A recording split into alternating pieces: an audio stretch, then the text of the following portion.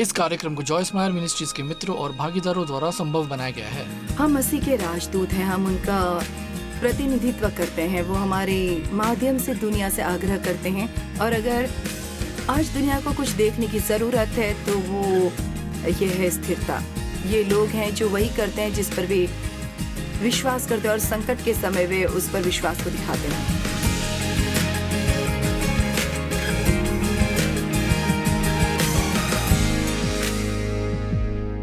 आनंद लो प्रतिदिन जीवन का में आज मेरे साथ जुड़ने के लिए धन्यवाद। आप जानते हो, उन चीजों में से एक जो हमें जीवन का आनंद नहीं लेने देती, वो है जब हम अपनी भावनाओं को खुद को नियंत्रित करने देते हैं, और हम एक दिन एक तरह से और अगले दिन दूसरे तरह से होते हैं। सालों पहले मैं खुद को यों क्रिश्चियन कहती थी।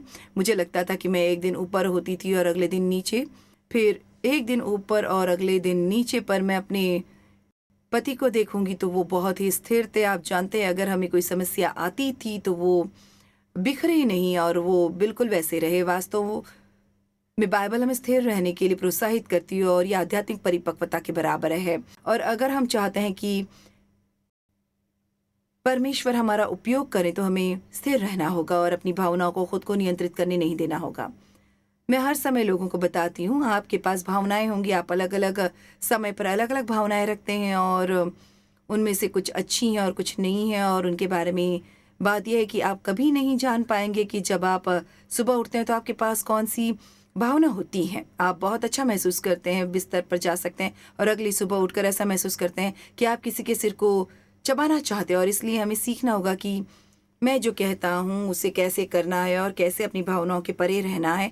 वास्तव में बहुत समय पहले मैंने इस शीर्षक पर एक किताब लिखी थी। मैंने अपनी भावनाओं का प्रबंधन नाम की एक किताब लिखी थी, और ये मेरे लिए ये जानने में इतनी मददगार रही कि मैं उन चीज़ों को दूर कर सकी, बल्कि मुझे ये सीखना पड़ा कि उन्हें मुझे कैसे नियंत्रित नहीं करने देना। यही कारण है कि हमारे पास आत्मनियंत्रण है, इसलिए हम खुद को नियंत्रित करते हैं। परमेश्वर चाहता है कि जो उनकी सेवा करते हैं वे सावधान रहें, स्थिर रहें, भरोसेमंद रहें, विश्वास योग्य रहें, आसानी से विचलित न हों, और अपनी भावनाओं पर नियंत्रण रखें।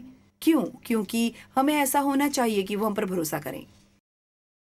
एक इतिहास 1233 एम्पलीफाइड में हमें एक ऐसी स्थिति दिखाती है जहां लोग लड़ाई में थे, वे युद्ध में थे, और ये कहती है जुबुलून में से 50,000 अनुभवी सैनिक सभी प्रकार के हथियारों और युद्ध के उपकरणों से सुसज्जित थे, जो युद्ध को आदेश दे सकते थे और युद्ध को सरणी में स्थापित कर सकते थे। वे पुरुष दोहरे उद्देश्य के नहीं बल्कि स्थिर और भरोसेमंद थे।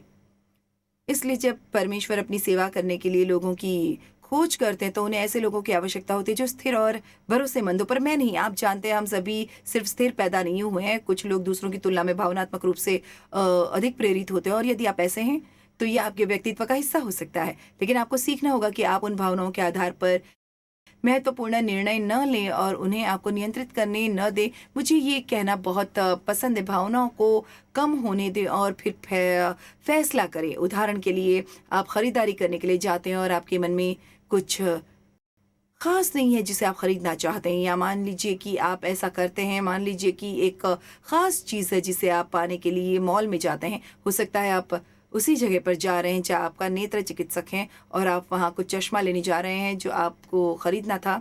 आप कुछ और खरीदने का इरादा रखते हैं, लेकिन आप विंडो में चीज़ों को देखना शुरू करते हैं। वाह, यहाँ सेल लगी है 70%, ठीक है मैं ये ले लेता हूँ। तो आप अंदर जाकर देखते हैं, फिर आप उन सभी चीज़ों को देखना शुरू करते हैं जो आप चाहते हैं। आपको उन चीज़ों की ज़रूरत नहीं है, वे चीज़ें ऐसी भी नहीं है जिन्हें आप ले नहीं सकते, लेकिन भावनाएं सब उत्तेजित हो जाती हैं। पर यह आश्चर्यजनक है, क्या होगा जब आप लगभग 5 मिनट की दूरी पर चलकर जाएं और फिर देखें कि आप इसके बारे में कैसा महसूस करते हैं। तो अक्सर जब हम कुछ दूर चले जाएं तो वे भावनाएं जो बढ़ गई थी वापस नीचे आ जाएंगी, और एक भावनात्मक निर्णय लेने की बजाय एक सूचीबद्ध और बुद्धिमानीपूर्ण निर्णय लेने में सक्षम हो जाएंगे। मैं पूछूंगी, आज मैं कितने लोगों से बात कर रही हूँ जो गहरे कर्ज में हैं, और अब आप उन कर्ज के दबाव में हैं क्योंकि आपने भावनात्मक रूप से चीज़ें खरीदी हैं।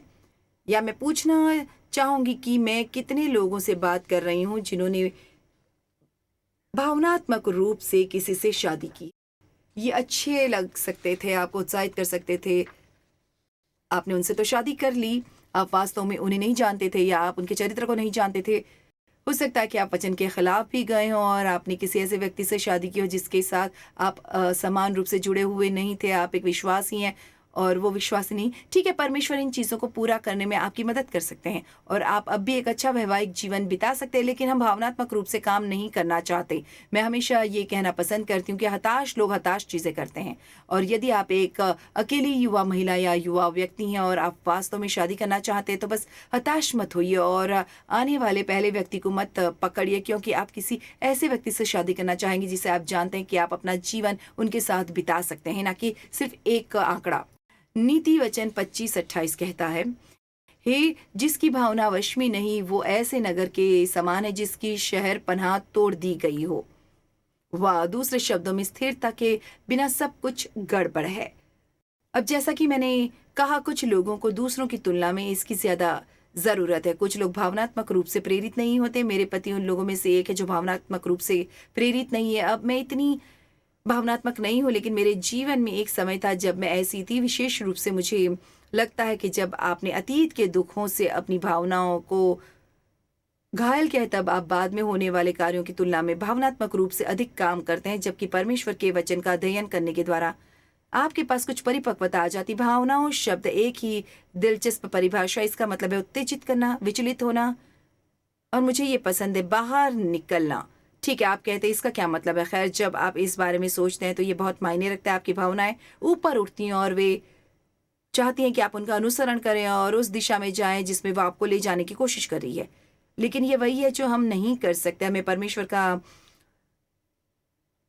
अनुसरण करना चाहिए। उत्तेजित करना, विचलित होना, बाहर निकलना। आप जानते, भावनाएं सकारात्मक और नकारात्मक होती हैं। क्रोध सबसे शक्तिशाली नकारात्मक भावनाओं में से एक है।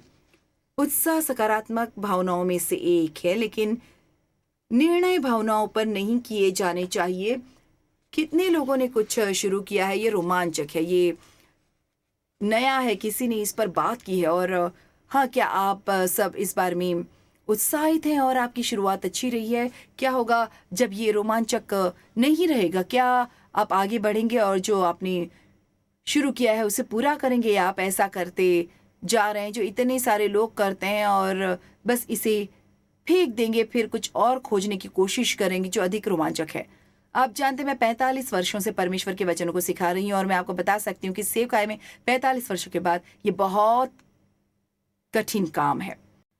और मुझे याद है कई साल पहले ये एक अच्छी संख्या रही है। किसी ने मुझसे कहा, आप अपनी सेवकाई में की जाने वाली सभी सभाओं के बारे में कैसा महसूस करती हैं? क्योंकि हम बहुत यात्रा करते हैं, होटल के कमरों में बहुत समय बिताते हैं जो हमेशा आपके द्वारा देखे जाने वाले चित्रों के रूप में अच्छे नहीं होते, और शायद वहाँ के बिस्तर आपके घर के बिस्तर की तरह आरामदायक नहीं होते। इसलिए उन्होंने मुझसे पूछा, आपको कैसा लगता है, आप सभी यात्राओं के बारे में कैसा महसूस करती हैं?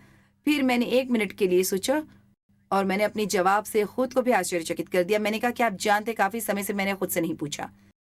देखिए, जब आप खुद को परेशानी में डालते हैं और आप जो शुरू करते हैं उसे पूरा नहीं कर पाते, तो ऐसा इसलिए होता है क्योंकि आप खुद से पूछना शुरू करते हैं कि आप कैसा महसूस करते हैं और आप अपनी भावनाओं को महत्व देते हैं। यदि आप जानते हैं कि परमेश्वर ने आपको कुछ करने के लिए बुलाया है, या अगर आपने कुछ करने के लिए खुद को प्रतिबद्ध किया है। आज हमारे पास इतने सारे लोग हैं जो अपना वायदा पूरा नहीं कर पाते, वे अपनी प्रतिबद्धता नहीं रख पाते, और इसका एक कारण यह है कि उनका उत्साह चला जाता है और इसलिए वे इसे पूरा नहीं करते। बाइबल कहती है, जो शपथ खाकर बदलता नहीं। दूसरे शब्दों में, यदि आप किसी चीज के बारे में वायदा करते हैं तो आपको इसे पूरा करना होगा, भले ही आपको ऐसा करने के लिए दर्द सहना पड़े, क्योंकि भावनात्मक रूप से स्थिर और परिपक्व मसीही यही करता है।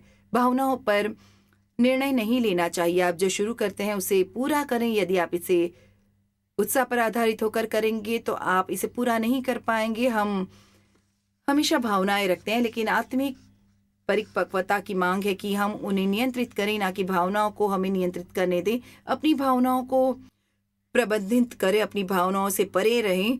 अब आप जानते हैं, पतरस एक ऐसा व्यक्ति था जो आसानी से विचलित हो गया था। वो भावनाओं में कूद जाता था और चीजों को करता था, परंतु पतरस एक महान प्रेरित निकला। अच्छी खबर यह है कि हम सब बदल सकते हैं। पवित्र आत्मा हमें बदलने में मदद करेंगे। मत्ती 16:13-19, यीशु कैसरिया फिलिप्पी के देश में आकर अपने चेलों से पूछने लगा कि लोग मनुष्य के पुत्र को क्या कहते हैं। उन्होंने कहा, कितने तो यूहन्ना बपतिस्मा देने वाला कहते हैं, और कितने एलिया, और कितने यिर्मयाह या भविष्य वक्ताओं में से कोई एक कहते हैं। उसने उनसे कहा, परंतु तुम मुझे क्या कहते हो? पतरस के पास हमेशा जवाब होता था। वो पहले बोलने वालों में से था।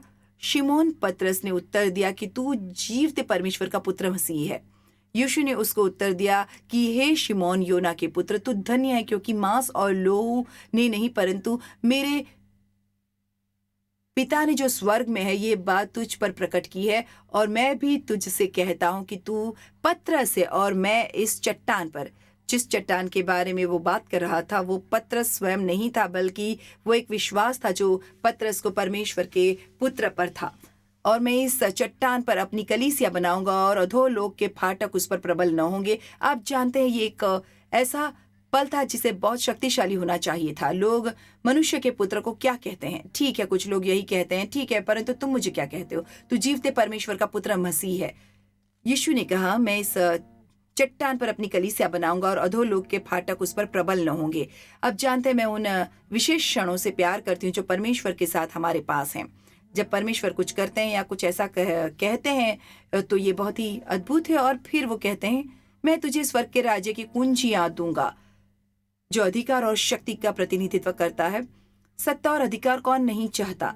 मैं चाहती हूँ, मैं नहीं चाहती कि शैतान मेरे ऊपर चले और मेरा फायदा उठाए। मैं चाहती हूँ कि उसके विरुद्ध मुझ में सामर्थ हो। मैं जानना चाहती हूँ कि इसका उपयोग कैसे किया जाए। मैं तुझे स्वर्ग के राज्य की कुंजियां दूंगा, और जो कुछ तू पृथ्वी पर बांधेगा वह स्वर्ग में बंधेगा, और जो कुछ तू पृथ्वी पर खोलेगा वह स्वर्ग में खुलेगा। वैसे एम्प्लीफाइड बाइबल थोड़ा अलग तरीके से कहती है, और मुझे ये बहुत पसंद है। ये कहती है, जो कुछ भी तुम पृथ्वी पर बांधते हो वो वही होना चाहिए जो स्वर्ग में पहले से ही बांधा गया हुआ है, और जो कुछ भी तुम पृथ्वी पर खोलते हो वो वही होना चाहिए जो पहले से ही स्वर्ग में खोला गया है। दूसरे शब्दों में, मैं आपको स्वर्ग को पृथ्वी पर लाने के लिए शक्ति और अधिकार देने वाला हूं। यानी परमेश्वर की सामर्थ्य के द्वारा हम उस तरह से व्यवहार कर सकते हैं जैसे स्वर्ग किसी स्थिति में व्यवहार करेगा।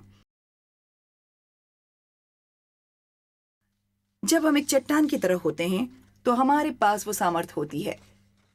पतरस को परमेश्वर से एक महान प्रकाशन प्राप्त हुआ था, लेकिन 2 वचनों के बाद, और मैं नहीं जानती कि 2 वचनों में कितना समय लगा, लेकिन शायद बहुत लंबा नहीं, 2 वचनों के बाद मत्ती 16:21-25 में ये कहता है, उस समय से यीशु अपने चेलों को बताने लगा कि मुझे अवश्य है कि यरूशलेम को जाऊं और पुरनियों और महायाजकों और शास्त्रियों के हाथ से बहुत दुख उठाऊं और मार डाला जाऊं और तीसरे दिन जी उठूं। इसलिए यीशु अपने शिष्यों को इस भयानक बात को समझा रहे थे, वाओ, जिससे वो गुजरने वाले थे, क्योंकि ये वही था जो परमेश्वर की इच्छा उनके लिए थी।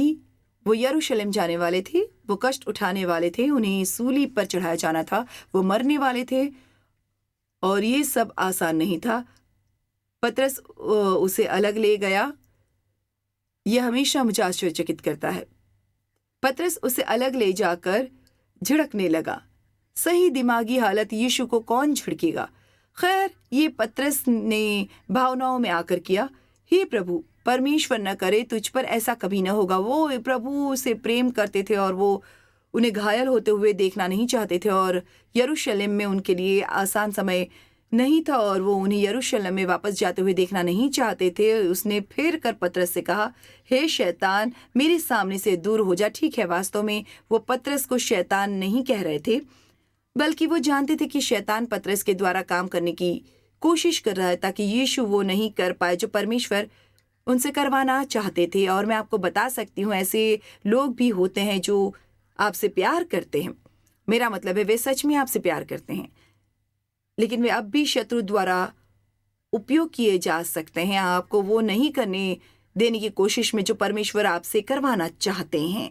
यही कारण है कि आपको अपने दिल का अनुसरण करने के लिए पर्याप्त मजबूत होना पड़ेगा, ना कि उसका अनुसरण करने के लिए जो हर कोई आपको करने के लिए कहता है। अब मैं आपको सलाह देने के लिए कभी नहीं मना रही हूँ, मैं ऐसा नहीं कह रही हूँ, लेकिन अगर आप अपने दिल में निश्चित हैं कि परमेश्वर ने आपसे कुछ कहा है तो आपको अपने दिल का अनुसरण करना चाहिए। जब मुझे परमेश्वर ने पहली बार 45 साल पहले सेवकाई में बुलाया तो महिलाओं के लिए सिखाना और प्रचार करना एक दुर्लभ बात थी। और मैं आपको नहीं बता सकती कि कितने लोगों, परिवार और दोस्तों ने, जो लोग मेरी परवाह करते थे, वास्तव में मुझे वो करने में हतोत्साहित करने की कोशिश की जो मुझे लगता था कि परमेश्वर ने मुझे करने के लिए बुलाया है। खैर, मुझे इस बारे में शायद ही कुछ पता था कि परमेश्वर मुझसे क्या करने के लिए कह रहे थे, लेकिन मैं प्रभु से प्यार करती थी और मैं विश्वास का कदम उठाने के लिए तैयार थी। वो मेरी अगुवाई करे और मेरा मार्गदर्शन करे। खैर, मैं सही थी, क्योंकि 45 साल बाद मैं अब भी यहीं हूँ। लेकिन अगर मैंने उनकी बात सुनी होती तो मुझे पता नहीं था कि अब मैं क्या कर रही होती। लेकिन ऐसा नहीं होता। आपको हमेशा ये बात ध्यान में रखनी होगी, यहाँ तक कि जो लोग आपसे प्यार करते हैं, शत्रु द्वारा उनका उपयोग किया जा सकता है आपको उन चीज़ों से दूर करने के लिए जिसके बारे में आपको लगता है कि परमेश्वर ने आपको इसे करने के लिए बुलाया है। क्यों? परमेश्वर ने आपसे बात की है, उन्होंने उनसे बात नहीं की, इसलिए उनके पास वो विश्वास नहीं है जो आप उन चीज़ों के बारे में रखते हैं जिसके बारे में आपको लगता है कि परमेश्वर आपसे करवाना चाहते हैं। उसने फिर कर पतरस से कहा, हे शैतान, मेरे सामने से दूर हो, तू मेरे लिए ठोकर का कारण है, क्योंकि तू परमेश्वर की बातें ही नहीं पर मनुष्यों की बातों पर मन लगाता है। तब यीशु ने अपने चेलों से कहा, यदि कोई मेरे पीछे आना चाहे तो अपने आप का इनकार करे। खैर, आजकल ये बहुत लोकप्रिय संदेश नहीं है, अपना क्रूस उठाओ और मेरे पीछे हो लो। खैर, इसका एक हिस्सा अपने आप को नकारना है और अपना क्रूस उठाना कठिन काम करना है। देखिए, एक वास्तविक मसीह होने के नाते मेरा मतलब है, पर एक वास्तविक पूर्ण मसीह बनना नारी सुलभ नहीं है। और हर रविवार सुबह 45 मिनट के लिए चर्च जाने से आप इसमें सफल नहीं हो सकते। आपको वचन का अध्ययन करना होगा और परमेश्वर के साथ एक संबंध रखना होगा और उनके साथ समय बिताना होगा और सीखना होगा कि उनकी आवाज़ को कैसे सुने और सीखे कि उनका अनुसरण कैसे करें, चाहे कुछ भी हो जाए। यीशु का अनुसरण करें, चाहे कुछ भी हो जाए। वचन का अनुसरण करें, अपने दिल का अनुसरण करें, भीड़ का अनुसरण न करें। कई बार हम भीड़ का अनुसरण करने के लिए ललचाते हैं, लेकिन अगर वे उस दिशा में नहीं जा रहे जो आपके लिए सही है, तो आपको उनका अनुसरण करने की कोई ज़रूरत नहीं। अपने आप का इनकार करें और अपना क्रूस उठाएं और मेरे पीछे हो लें, क्योंकि जो कोई अपना प्राण बचाना चाहे वो उसे खोएगा, और जो कोई मेरे लिए अपना प्राण खोएगा वो उसे पाएगा। वो आपके वास्तविक जीवन के बारे में बात कर रहे हैं। अगर आप एक वास्तविक जीवन जीना चाहते हैं जो जो आश्चर्यजनक रूप से अद्भुत हो सकता है, तो आपको आत्म इच्छा को अलविदा कहना होगा। दूसरे शब्दों में इससे कोई फर्क नहीं पड़ता कि मैं क्या कहता हूँ, सिर्फ वही जो परमेश्वर चाहते हैं। आप यीशु को जानते हैं। जब वो अपनी पीड़ा के दौरान गतसमनी के बगीचे में थे, तब उन्होंने इतनी ज्यादा प्रार्थना की कि लहू की बूंदें पसीने के रूप में बहने लगी। उन्होंने 3 बार वही प्रार्थना की, हे मेरे पिता, यदि हो सके तो ये कटोरा मुझसे टल जाए, तो भी जैसा मैं चाहता हूं वैसा नहीं, परंतु जैसा तू चाहता है वैसा ही हो। 1 बार नहीं, 2 बार नहीं, बल्कि 3 बार। इसलिए मुझे लगता है कि ये कहना काफी सही रहेगा कि यीशु सभी दुखों से गुजरना नहीं चाहते थे, जो मैं समझती हूँ। मेरा मतलब है, यीशु पवित्र हैं और वो परमेश्वर है। मैं कल्पना भी नहीं कर सकती कि अपने ऊपर सारी मानव जाति के पाप उठा लेना उनके लिए ये कितना भयानक रहा होगा। ये मार खाने से भी कठिन था, ये क्रूस पर चढ़ाए जाने से भी कठिन था, ये कठिन था। हे मेरे परमेश्वर, हे मेरे परमेश्वर, तूने मुझे क्यों छोड़ दिया। यहाँ तक कि थोड़े समय के लिए ही उन्होंने ऐसा महसूस किया था। हालांकि उन्होंने जो महसूस किया था वो उससे परे चले गए थे। हमें उसके अनुसार चलना है जो हम जानते हैं, ना कि हम जो महसूस करते हैं। आप जानते हैं, मैं हर सुबह परमेश्वर के साथ समय बिताती हूँ और मुझे हर सुबह ऐसा नहीं लगता कि वो वहाँ हैं। मैं प्रार्थना में समय बिताती हूँ, पर मैं इस बारे में हमेशा वास्तविक आत्मिकता महसूस नहीं करती। कभी कभी मुझे ऐसा महसूस होता और मैं पूछती हूँ कि क्या परमेश्वर मुझे सुन रहे हैं। लेकिन क्या आप जानते हैं, कुछ साल पहले मैंने इन सभी महसूस करने वाली बातों को छोड़ने का फैसला किया था और जो मैं जानती हूँ उसी से जीना शुरू कर दिया है। इसीलिए चाहे मैं ऐसा महसूस करूँ या ना करूँ कि परमेश्वर हैं या नहीं, मुझे पता है कि वो हैं, क्योंकि उनका वचन मुझे बताता है कि वो हैं और मुझे वो कभी नहीं छोड़ेंगे और ना ही मुझे त्यागेंगे। आप जो जानते हैं उसके अनुसार जाना सीखें, न कि आप जो महसूस करते हैं उसके द्वारा। जो कोई अपना प्राण बचाना चाहे वो उसे खोएगा और जो कोई मेरे लिए अपना प्राण खोएगा वो उससे पाएगा। ठीक है, पतरस हिचकिचाया, वरना शैतान उनके द्वारा काम करने में सक्षम हो जाता। यीशु ने अपने चेलों से कहा कि उन्हें स्थिर होने और बलिदान करने के लिए तैयार रहने की जरूरत है। हम कैसा महसूस करते हैं इसके आधार पर निर्णय नहीं लिया जाना चाहिए। अब आप में से कुछ, क्योंकि मुझे विश्वास है कि जो कुछ भी परमेश्वर मेरे दिल में सिखाने के लिए डालते हैं उसके पीछे एक कारण होता है, और मैं मानती हूँ कि आज परमेश्वर ने मुझे यही प्रचार करने के लिए कहा है, और वो आपको सुन रहे हैं कि आप में से कुछ, शायद आप सभी नहीं, लेकिन आप में से कुछ अपने जीवन में कुछ निर्णय लेने के मुकाम पर हैं, और परमेश्वर चाहते हैं कि आप इसे एक प्रेमपूर्ण चेतावनी के रूप में अपनाएं कि आप अपनी भावनाओं के बहकावे में न आए, बल्कि आप कैसा महसूस करते हैं इसे अलग रखें और गहराई से मनन करें और परमेश्वर से ज्ञान मांगे जो बुद्धि अब करेगी उससे आपको बाद में संतुष्टि होगी। भावनाएं वही करती हैं जो अब अच्छा लगता है और बाद में चिंता नहीं करती। भावनात्मक रूप से प्रतिबद्धता न करें और ये सोचें कि उस प्रतिबद्धता की क्या आवश्यकता है। आप जानते हैं ये मेरे लिए आसान है। जब कोई फोन करता है और कहता है कि आप आएंगी, मुझ पर एक उपकार कीजिए और मेरे चर्च में प्रचार कीजिए, फोन पर यह कहना आसान है। हाँ, मैं ऐसा कर सकती हूँ, लेकिन फिर मैं इसे करने के लिए उस समय के आसपास पहुंचती हूँ और शायद मुझे इसके आसपास और भी कई चीज़ें मिलती हैं जिससे मुझे काफ़ी करने का दबाव महसूस होता है। वास्तव में मैंने इस बारे में सोचना सीख लिया है कि मुझे ऐसा करने के लिए क्या करना है। आपको वास्तविक रूप से चीज़ों को सोचने की ज़रूरत है। अपना घर चट्टान पर बनाएं, बाइबल कहती है। अपने आप को बनाओ, परमेश्वर के वचन पर अपना जीवन बिताओ। मत्ती 7:24। इसलिए जो कोई मेरी ये बातें सुनकर उन्हें मानता है वो उस बुद्धिमान मनुष्य के नहीं ठहरेगा जिसने अपना घर चट्टान पर बनाया। दूसरे शब्दों में आपको वचन के अनुसार जीना है, ना कि आप कैसा महसूस करते हैं या आप क्या सोचते हैं या आप क्या चाहते हैं।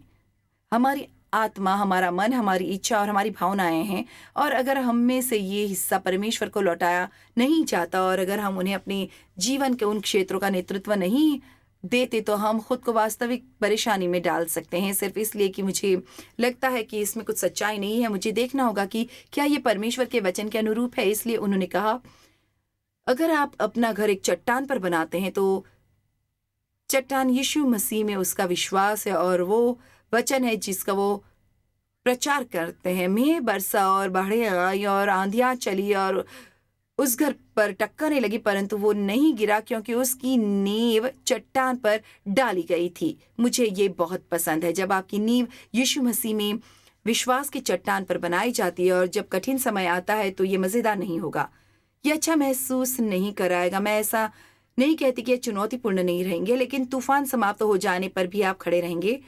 हमारे घर के पीछे बहुत सारे अलग अलग पेड़ हैं और हमारे पास कुछ पेड़ हैं जो ऐसे दिखते हैं जैसे वे सालों साल से वहाँ खड़े एक विशाल विशाल है।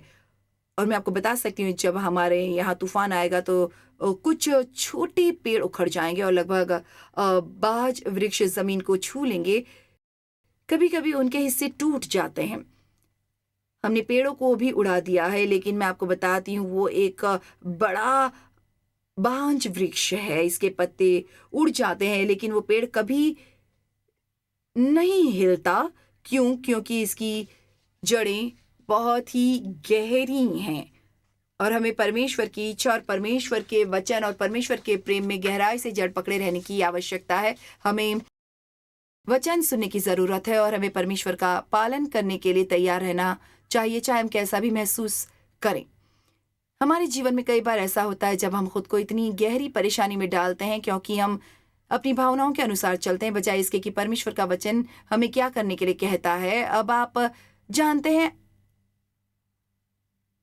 आप में भावनाएं आती हैं, हम सभी में भावनाएं हैं, और मैं उन दिनों से प्यार करती हूँ जब मैं उत्साहित हूँ और मैं वो सब कुछ करना चाहती हूँ तो जो परमेश्वर मुझसे चाहते हैं, और मैं लोगों के लिए मीठा और लोगों के लिए अच्छा बनना चाहती हूँ और मैं धैर्यवान और प्यार और देने वाली महसूस कर रही हूँ। लेकिन आप जानते हैं ऐसा क्या होता है, क्या मेरे सारे दिन ऐसे नहीं होते, लेकिन मुझे अब भी उस तरह से बनना है। मैं वो मसीह बनना चाहती हूँ जो परमेश्वर चाहते हैं। इसलिए इन दिनों में आपको बस गहराई में जाने की और आपको परमेश्वर से और अधिक अनुग्रह देने के लिए कहने की ज़रूरत है ताकि आप उनका अच्छी तरह से प्रतिनिधित्व कर सकें। हम मसीह के राजदूत हैं।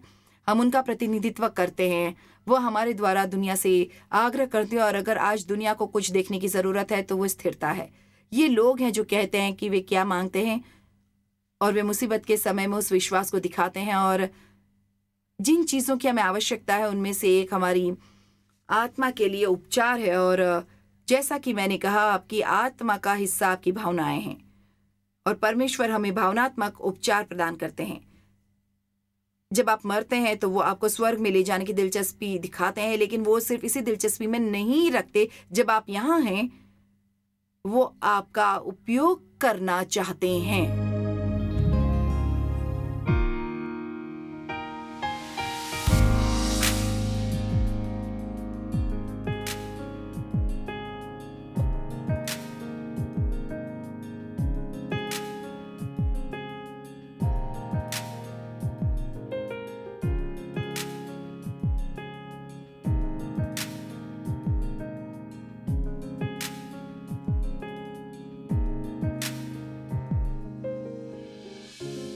इस कार्यक्रम को जॉयस मायर मिनिस्ट्रीज के मित्रों और भागीदारों द्वारा संभव बनाया गया है।